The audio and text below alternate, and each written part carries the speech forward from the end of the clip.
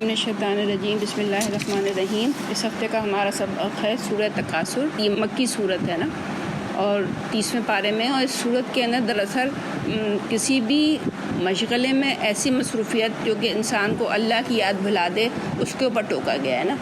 تو اس کی صورت کی شروع کی 2 آیتیں بہت اہم ہیں اور آخری آیتیں اہم ہیں۔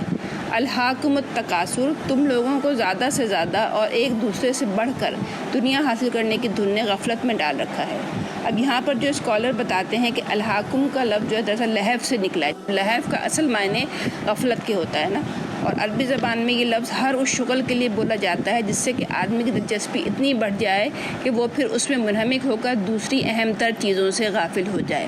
جیسے بچے ہیں، امتحان کا ٹائم آ گیا، ان کا ایگزامس دے رہے ہیں، تو اس میں وہ اتنے رات دن مصروف ہو جائیں کہ اپنی نمازوں کو اسکپ کر دیں، کہ نماز جو کہ فرض تر چیز ہے اس کو چھوڑ دیں۔ یا ایسے ہی کوئی بیوٹی پارلر کا کام کرتی ہے کوئی عورت، یا کوئی شاپ کیپر ہے جو کہ دکان چلاتا ہے، تو اگر انسان یا کوئی گھر بنانے جا رہا ہے تو اس میں بعض اوقات ہوتا ہے نا، لوگ بڑی باریک بینی سے گھر بنا رہے ہوتے ہیں کہ نل کا ایسا لگے گا اور ٹائل ایسے لگیں گے۔ تو کوئی بھی مصروفیت جو انسان کو اتنا زیادہ اپنے اندر مشغول کر لے کہ پھر وہ اپنے اہم تر چیزوں سے غافل ہو جائے۔ جیسے آپ دیکھیں نا، کسی چیز کی اگر ہمیں فکر سوار ہوتی ہے تو وہی چیز جو ہے نا ہماری نمازوں کے اندر بھی وہ چیز ہمارے دماغ میں پھر رہی ہوتی ہے۔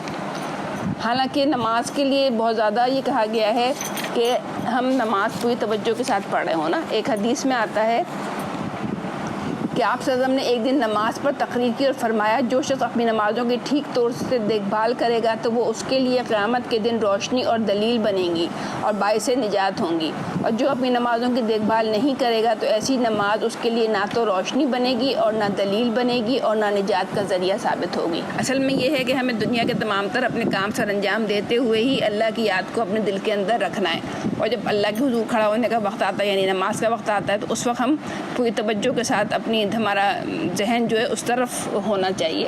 لیکن اگر نہیں ہو رہا اس طرف، بلکہ ادھر ادھر گھوم رہا ہے، تو اس کا یہی مطلب ہے کہ ہم اس چیز کی فکر میں اتنے مشغول ہیں کہ نماز کے وقت بھی ہمیں وہ چیز یاد آ رہی ہے نا۔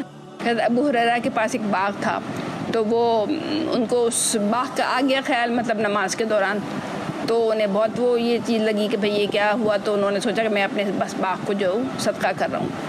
تو وہ تو رسول اللہ کے پاس گئے، انہوں نے کہا کہ میں اپنے اس باغ کو صدقہ کر رہا ہوں۔ بیوی کو باہر نکالا اور پھر وہ اس باغ کو انہوں نے چھوڑ دیا۔ یعنی اتنی نمازوں کی فکر ہونا۔ اب اس کے بعد ہم دیکھیں ہمارے اوپر کس چیز کی دھن سوار ہے، جو انہوں نے اس میں یہی کہا ہے، لہف کا مطلب یہ ہے کہ تمہیں کسی اس چیز کا جو اہم تر ہے ہوش باقی نہیں رہا ہے، اس کی دھن تم پر سوار ہے، اسی کی فکر میں تم لگے ہوئے ہو، اور اس انہماک نے تم کو بالکل غافل کر دیا ہے۔ اچھا، دوسرا ورڈ جو یہاں استعمال ہوا ہے تکاثر، اس کا مطلب ہے کثرت، کوانٹٹی۔ اس کے 3 معنی ہیں۔ ایک تو یہ کہ آدمی زیادہ سے زیادہ کثرت حاصل کرنے کی کوشش کرے، جیسے کثرت کا مطلب یہ کہ مال و دولت کے حصول کے لیے۔ دوسرے یہ کہ لوگ کثرت کے حصول میں ایک دوسرے سے بڑھ جانے کی کوشش کریں، اور تیسرے یہ کہ لوگ ایک دوسرے کے مقابلے میں فخر جتائیں۔ یعنی تکاثر نے تمہیں اپنے اندر، یعنی اس چیز کی فکر نے تمہیں اتنا اپنے اندر مشغول کر دیا ہے کہ اس کی دھن کی وجہ سے تم اہم تر چیزوں سے غافل ہو گئے ہو۔ حتیٰ زرتم المقابر، یہاں تک کہ تم نے قبریں جا دیکھی۔ یعنی تم یوں ہی دنیا میں مصروف رہتے ہو، اور ایک دن ایسا آتا ہے کہ تم مرنے کے قریب پہنچ جاتے ہو۔ پھر اگلی آیت ہے کلا سوف تعلمون، ہرگز نہیں ان قریب تم کو معلوم ہو جائے گا۔ ثم کلا سوف تعلمون، پھر سن لو کہ ہرگز نہیں ان قریب تم کو معلوم ہو جائے گا۔